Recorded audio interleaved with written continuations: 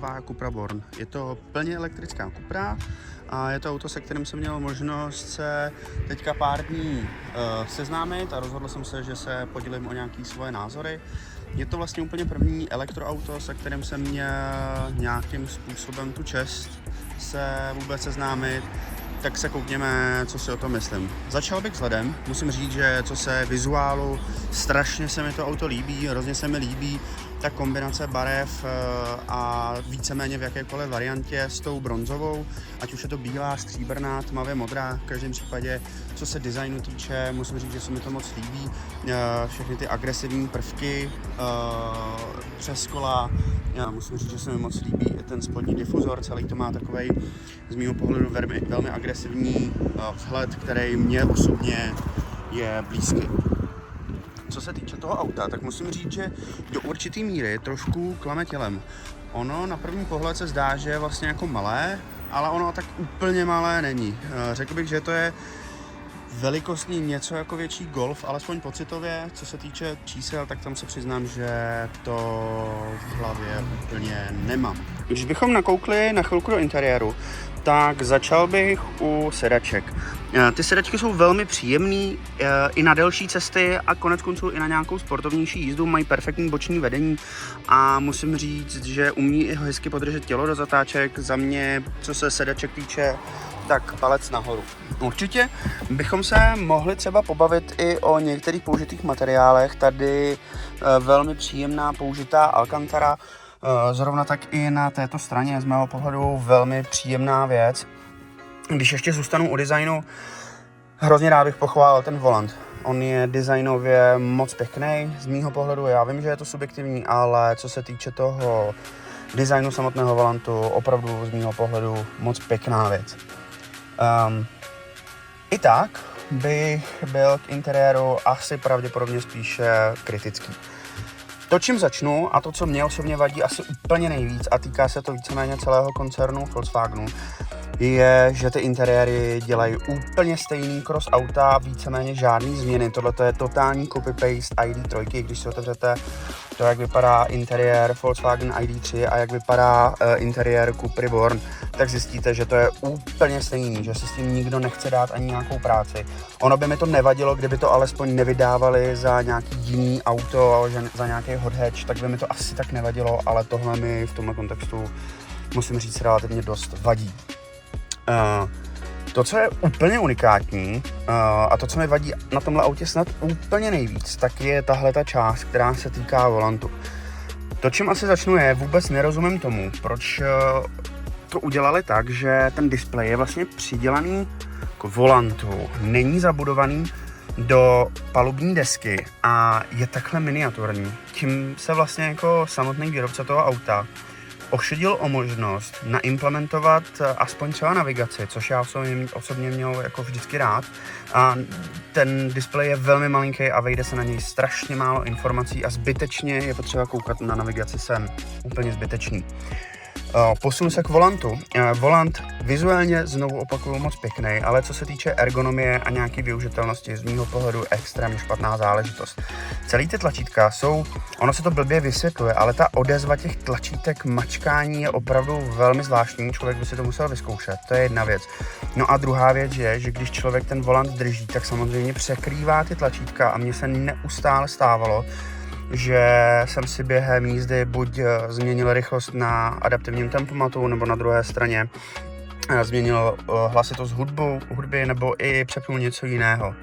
Taková třešnička ještě na dortu, když už jsme u toho volantu, je, že ten volant je vyhřívaný.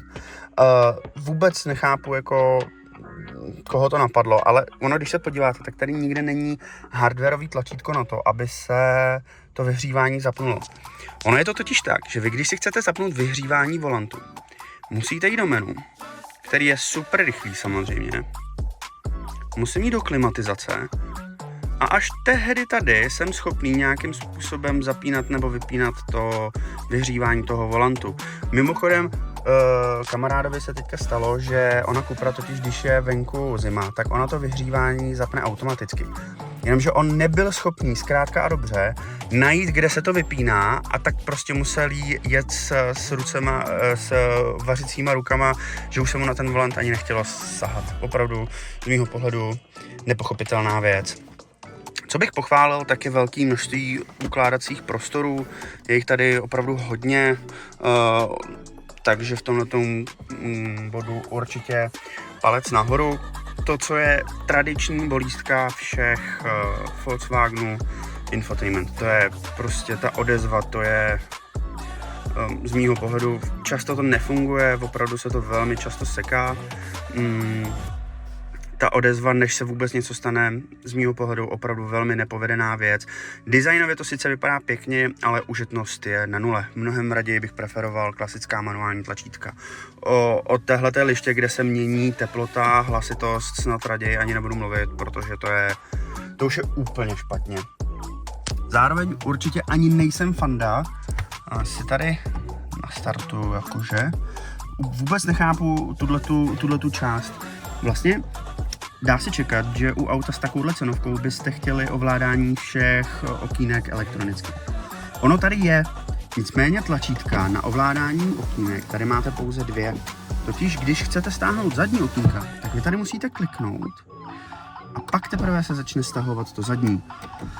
Opět pro mě úplně nepochopitelně zbytečná nějaká aktivita navíc, kterou prostě při jízdě absolutně nechcete řešit. Vůbec tomu nerozumím, nebudu se bavit o tomhle kolečku na ovládání zrcátek. Za mě několikrát se mi stalo, že jsem si třeba i ty zrcátka omylem zaklopil. Opravdu z mého pohledu velmi nepříjemná věc. Musím říct, že oproti ostatním autům je velmi příjemné to, že tady není klasická řadící páka, a to ani v automatu. To auto jede tak jako plynule, příjemně, nejste závislí na tom, kolik zrovna máte otáček, jestli auto zrovna podřadí, nepodřadí. Tohle to je podle mě do běžného provozu velmi příjemná věc. Zároveň, kdykoliv budete potřebovat, tak dostatek výkonů auto určitě má. Faktem ovšem zůstává, že pak, když jste ve vyšších rychlostech, jako je dálniční rychlost a podobně, tak tam opravdu v těch vyšších, řekněme nad 130 km/h, už ta síla tomu autu nějakým způsobem dochází. Na co jsem si dlouho nezvykl, a nezvykl jsem si na to doteď, tak je brzdná dráha toho auta. Ten brzdový pedál je tady opravdu dlouhý a člověku, který zrovna přesedne z běžného auta, tak přijde, že to auto absolutně nebrzdí, protože zjistí, že začne brzdit až opravdu, když ten pedál se šlápnete pořádně, ale pořádně dolů. Ono v tom autě je neskutečné ticho, což by se na jednu stranu mohlo zdát jako výhoda, ovšem na druhou stranu pakliže vám tady v tom autě něco vrže, a tady se to občas děje, tak se z výhody stává nevýhodou, a pokud jste člověk jako jsem já, tak vás to začne neskutečně štvát. Co se reálného dojezdu týče, tak ten osciluje okolo 400 km a 100 potom Cupra Born umí dát za zhruba 6 vteřin.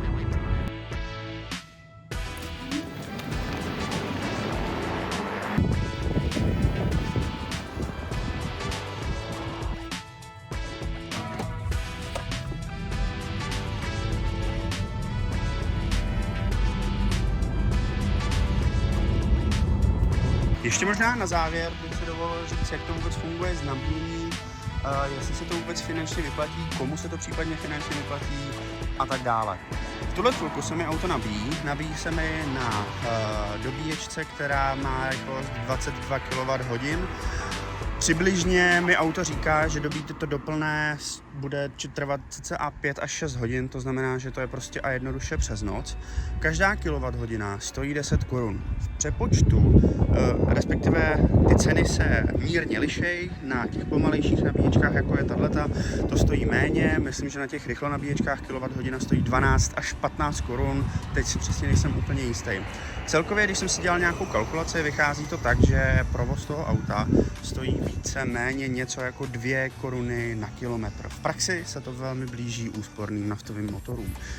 Komu se to určitě vyplatí, jsou lidi, kteří mají doma solární panely a nebo mají nějaký vlastní zdroj elektrické energie, umí ho čerpat velmi levně a nebo případně v momentě, kdy máte barák, protože kilowatthodina, kterou čerpáte v rámci domácnosti, se současně pohybuje okolo 3,5 korun za kilowatthodinu, pokud se nepletu.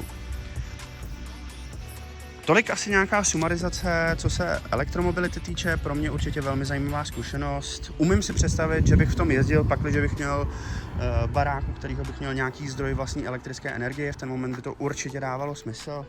Bohužel ta pořizovací cena v tuhle chvilku je opravdu vysoká, tenhle konkrétní kus se pohybuje okolo 1 milionu korun z daní, což z mýho pohledu je stále opravdu velmi vysoká cena. Byť pakliže člověk je schopný ušetřit právě na té elektrické energii a je schopný to nabíjet za 3,5 koruny za kilowatthodinu, tak pak se můžeme bavit, že to možná už dává smysl, protože přece jenom se dá očekávat, že třeba i servisní náklady na to auto budou menší, ve smyslu tom, že to auto je z logiky věci mechanicky velmi jednodušší. Druhá věc je, že vlastně častý argument proti elektroautům je, že když skončí ta elektrobaterie, tak vy vlastně musíte vyměnit a ta stojí strašnou raketu. Nicméně ta elektrobaterie se furt dá využít třeba v rámci nějaké domácnosti u baráku a tak dále. Není mrtvá v momentě, kdy umře toto auto.